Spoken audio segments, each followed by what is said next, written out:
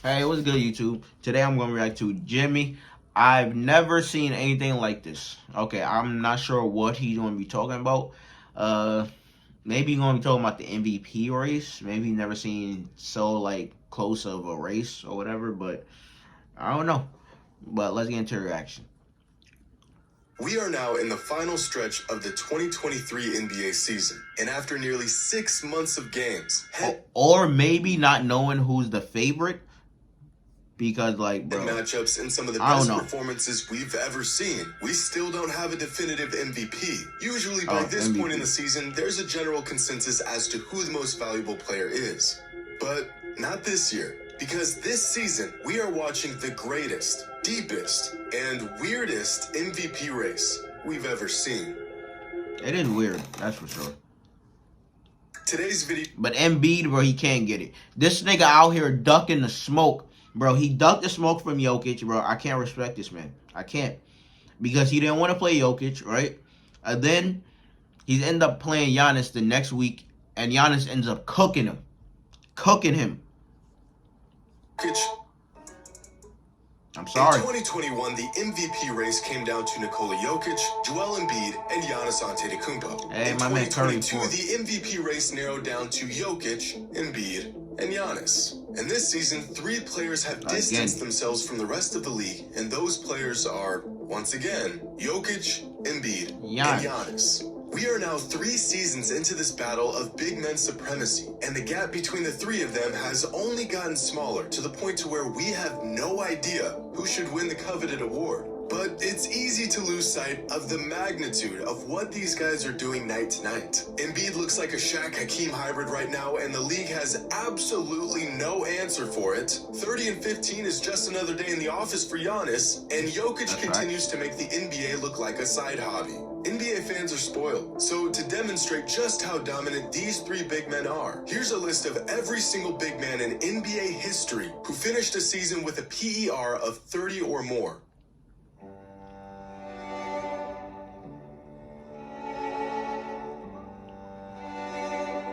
Whoa.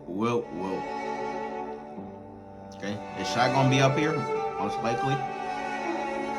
No? David Robinson? Yeah, Shaq, alright.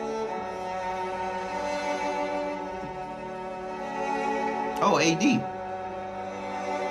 Yeah, the Pelicans team, he was carrying that bitch. Giannis. And that's it.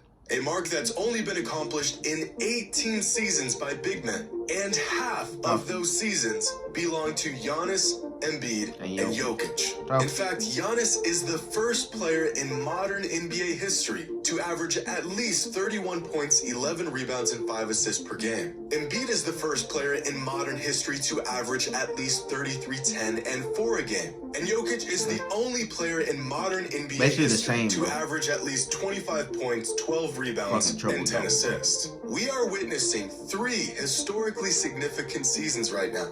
Well, actually, despite the MVP conversation narrowing down to just these 3, we're seeing statistical explosions around the league from players who aren't even getting a mention for the coveted award. To put into perspective just how well you have to be playing this season to really have a chance at the MVP, Jason Tatum is averaging 30 points, 9 rebounds, and 5 assists a game. And he's fallen out of the MVP discussion.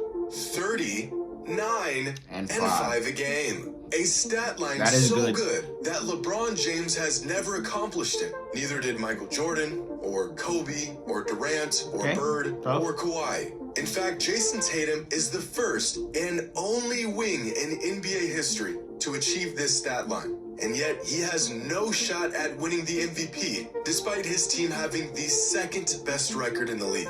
But at least Tatum is propelling the Celtics to wins, because Luka Doncic was the favorite to win the MVP coming into the season. But after losing 14 of their last 19 games, his chances of winning the award have completely evaporated, turning what should have been an all-time great season into an utter disaster. Luka is averaging 33 points, 9 rebounds, and 8 assists a game right now. That's a stat line that has never been accomplished in the history of the NBA. Through points and assists, Luka has generated 47% of the Dallas Mavericks points this season, which makes him easily the most potent offensive weapon in the NBA. A wide gap on even the league's best players. So, in terms of value, Luka's is off the charts, but team still not winning. Not nearly enough to earn him the title as the league's most valuable player.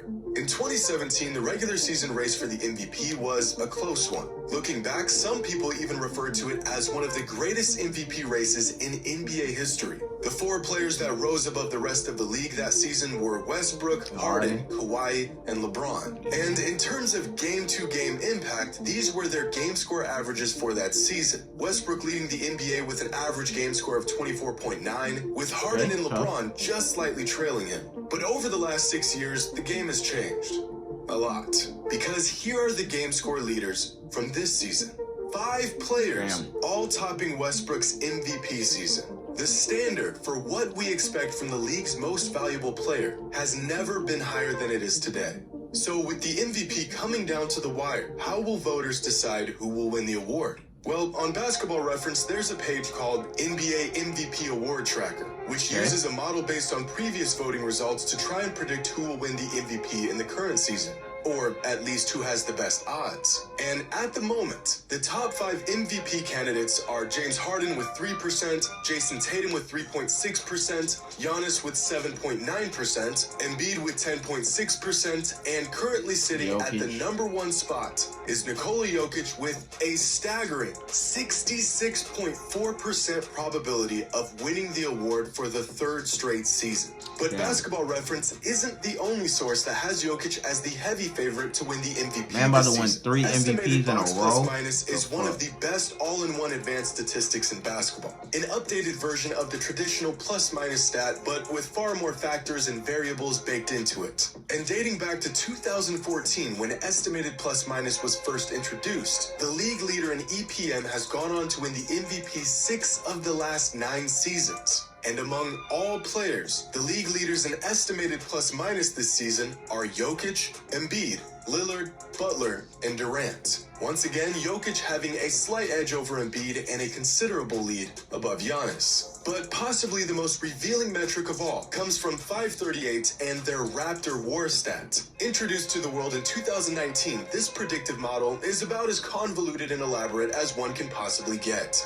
I mean, at this point, we're about 1 step away from a course in advanced mathematics. But to find the purpose of this statistic, look no further than its name. Robust algorithm using player tracking and on-off ratings with wins above replacement. Or a very fancy way of saying we used every metric under the sun to reveal how valuable a player is relative to everyone else. It's complicated, but it's good. And in terms of Raptor War, here are the top 100 most valuable players in the league. Towards the bottom, you have players like Jose Alvarado, TJ McConnell, and Tyrese Maxey with Raptor Wars around 3. Climb up the charts, and the first player to crack the top 50 is Lou Dort, followed by Austin Reeves and Zach LaVine, all around a score of about 5. Keep climbing, and you'll find the best players in the entire league. Giannis with a score of 9, SGA with a score of 9.2, Jimmy Butler with 9.3, and Dame, Embiid, and Luka as the only players to crack a double-digit Raptor War with scores of 11, 12.2, Why should they be and like fucking 20 or respectively.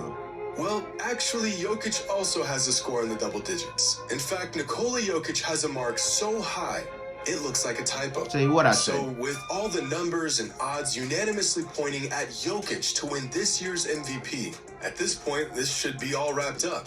But it's not. In the most recent MVP ladder released by the NBA themselves, the #1 spot is actually held by Joel Embiid, followed by Jokic in second. Our friends over at DraftKings have Embiid as the favorite at the moment as well, with a sizable lead over both Jokic and Giannis. But this wasn't the case just a couple weeks ago. For what felt like virtually the entire season, Nikola Jokic was leading the charge for this year's regular season MVP. The Nuggets had the best record in the NBA. Jokic's game-changing dominance was as strong as ever, and for the last 3 months, it felt like his 3rd MVP was all but inevitable. Facts. And then it happened. So I didn't know if I wanted to wait to bring this conversation on No Mercy, or was it appropriate for First Take? And damn it, I'm here, so it's appropriate for First Take. So let me get us in outside of our comfort zone a little bit when we talk about the MVP conversation. Okay, when it comes down to guys winning MVP since 1990, it's only 3 guys that won the MVP that wasn't top 10 in scoring. Do you know who those 3 guys were? Who were they? Steve Nash, Jokic, and Dirk Nowitzki. Oh. What do those guys have in common? Oh, the race card. I'll let it sit there and marinate. You think about it. Oh. Shouldn't be the MVP front runner. Okay, well, don't come giving me this stuff about a triple-double. I don't want to hear that. Early in the season, about 30 games and 25 to 30 games into the season, he was actually around 9.5, 9.8. And then all of a sudden, he started searching for them assists to get it up above 10. So don't come giving me nothing about a triple-double. Oh, he's stat padding? And don't come up here telling me about, what? My God.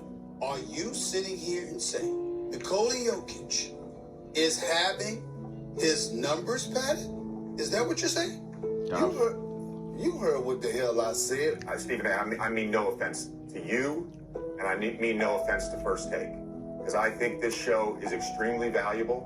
It is an honor to be on this desk every day. It really is.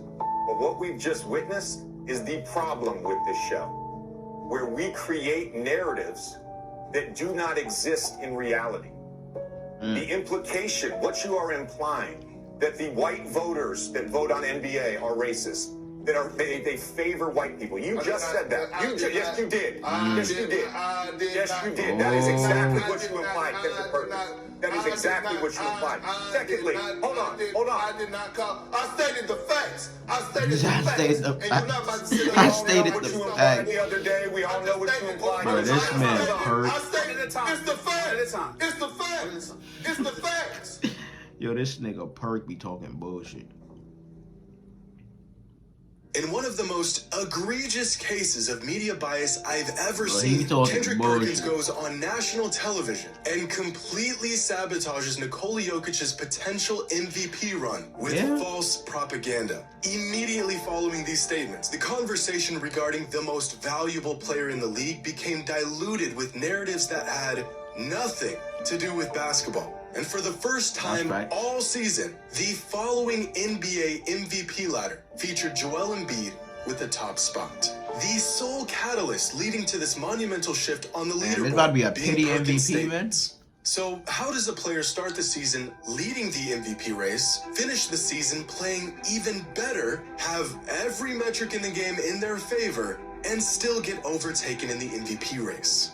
Well, if this entire saga has taught us anything, it's that narratives mean just as much as actual merit in the NBA, which we already knew as fans of the game. But to see it unfold right in front of our faces, to watch an entire season get boiled down to false narratives that skew voter thinking, is actually insane. Value is subjective. Some people value two-way dominance and holding down the best record in the NBA. Some people value offensive mastery and an unstoppable skill set. Others value record-breaking efficiency and unshakable consistency. 3 generational players, 3 all-time great seasons, 1 MVP trophy. The 2023 NBA MVP race is the most difficult, most loaded, and weirdest MVP race we have ever seen.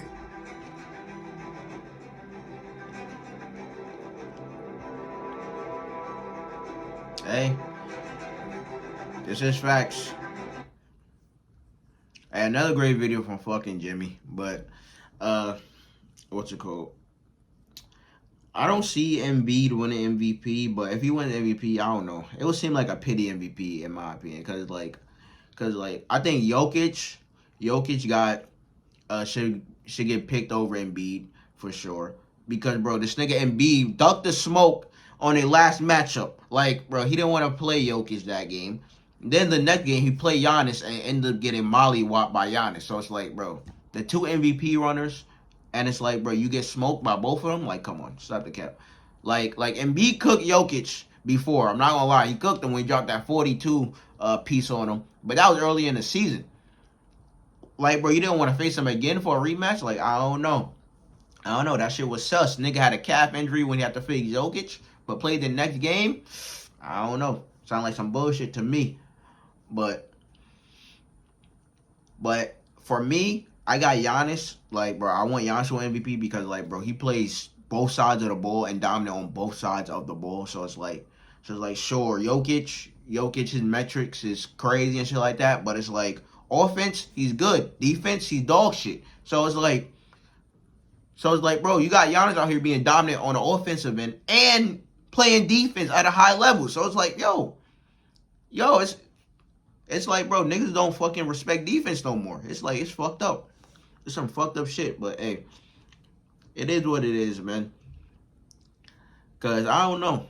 This is a tight-knit MVP race, which is crazy because earlier, like, you know, on in the season, Jokic was just running away with this shit, and everyone's saying he's going to fucking three-peat with the MVPs. So it's like, hey, man, I don't know. But, you know, like, comment, subscribe, suggest anything else we interact to, you know, down below in the comments. But check out in the next one.